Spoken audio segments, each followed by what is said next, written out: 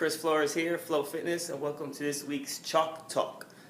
This week's Chalk Talk is extremely important, and what it's about is body language, all right, which is huge in fitness. Our quote this week is, "What you do speaks so loud, I cannot hear what you say." So it's conflicting studies as to how much of our communication is nonverbal. All right, I've got anywhere from 70 to 90% of communication is nonverbal, depending on what study you actually look at. So that's kind of relevant for us. What I want to talk about is body language when training your clients or when people walk into your gym or your facility. All right, this is one of the biggest things I think trainers don't realize. When I worked at Bally's and Workout World, one of the things I used to think about or imagine in my head was that I was on stage.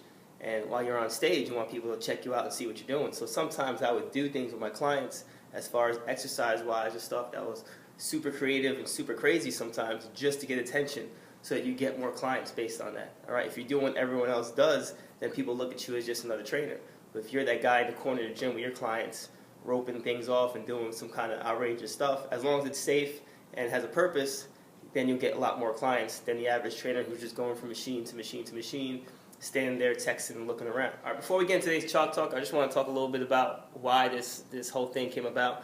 I recently read a book on body language just to kind of understand, you know, by reading people a little bit better, you can kind of get to know who you can trust, who you can't trust, and if people, as far as selling and things like that, you want to be able to pick up on body language. If someone's offended by what you're doing, if someone's not comfortable, you want to be able to pick up these little cues.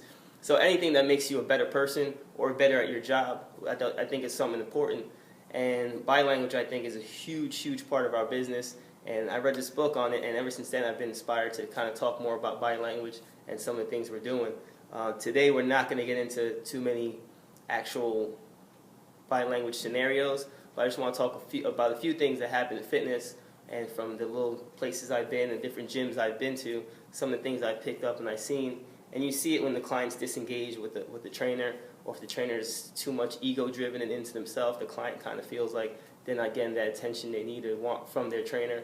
So I just want to talk about a few things today, a few different scenarios I've seen, and that kind of, I guess, pet peeves of mine.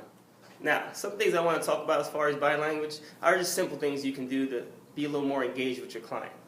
For one thing, nothing drives me crazy than walking to a gym and seeing a trainer on their phone while their client's there texting. All right, so if you're sitting there like... Perfect. Yeah, that's good. I mean, regardless of what you're doing, even if it's business purposes or you're scheduling other clients or doing stuff, that's that person's time. They paid you XYZ amount of money to work with you. It's their time that you should be focused on them the entire time. You can't be texting and doing other stuff. Another thing is, regardless of what you say, it depends how you say it. All right, so if you're engaged with a client and you're working with them and they have, let's say, I don't know, 2 more reps or something like that, and you're like, all right, come on, do 2 more. Yeah, good job. Nice stretch. Good stretch. I'm not going to want to work with a trainer like that, and neither is anyone else. All right, so if you're working with them, you got to be in their face like, all right, come on, you got 2 more to go. Give some enthusiasm, give some energy to your people. You know, they're there for you to kind of give them energy, give them motivation, inspire them. You can't just sit there and just be talking regular while they're trying. Another one that drives me crazy, and you see a lot in big box gyms, especially just due to the amount of mirrors that they have, is just your clients or trainers staring at the mirror while they're training someone.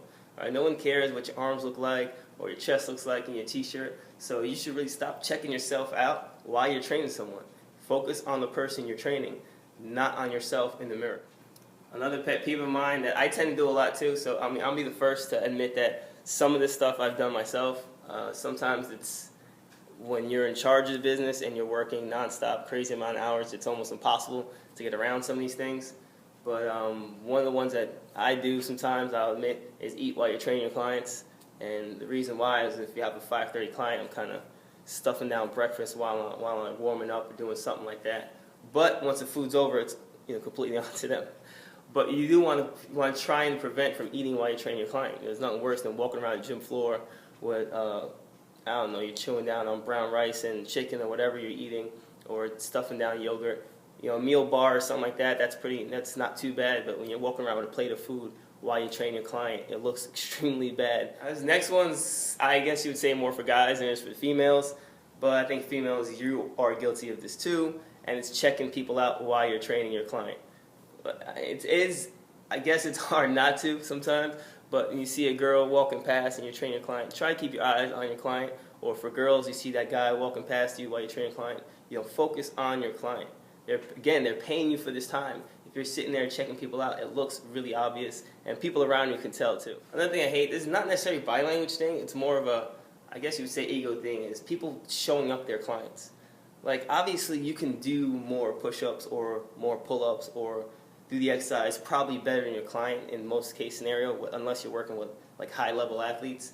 But there's nothing worse than, it's different, all right, there's two different scenarios. It's one, if you're doing it with them to help motivate them. For example, I'm going to use push-ups because it's the easiest.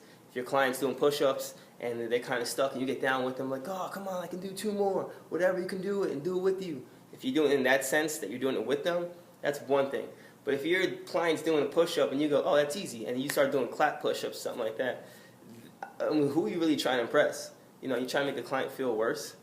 That's the dumbest thing I've ever heard. So don't try and show them up when you're training them.